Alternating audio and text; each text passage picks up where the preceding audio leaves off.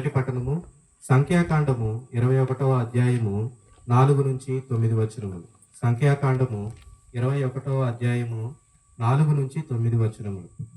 ఆ దినములలో ఇశ్రాయేలీయులు హోరు పర్వతము నుండి కదిలి ఏదోము మండలమును చుట్టిపోవలనని రెల్లు సముద్రము త్రోవ వెంట పయనమైపోయిరి.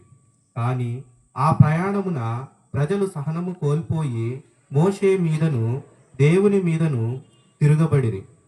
నీవు మమ్మును ఐగుప్తు నుండి తరలించుకొని రానేలా ఈ ఎడారిలో చంపుటకే కదా, ఇచ్చట అన్నపానీయములు ఏమీయూ లభించుటలేదు, ఈ పాడుకూడు తినలేక చచ్చిపోవచ్చున్నాము అని గొణుగుకొనిరి.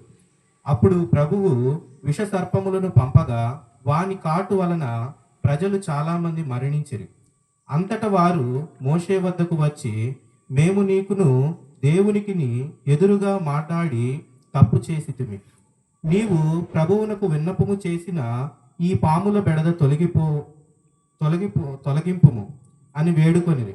మోషే ప్రభువునకు మనవి చేసెను. యావే మోషేతో, లోహముతో సర్పమును చేసి గడె మీద తగిలింపుము, పాము కరచిన వారు ఆ కంచు సర్పము వైపు చూచినచో బ్రతికిపోవుదురు అని చెప్పెను.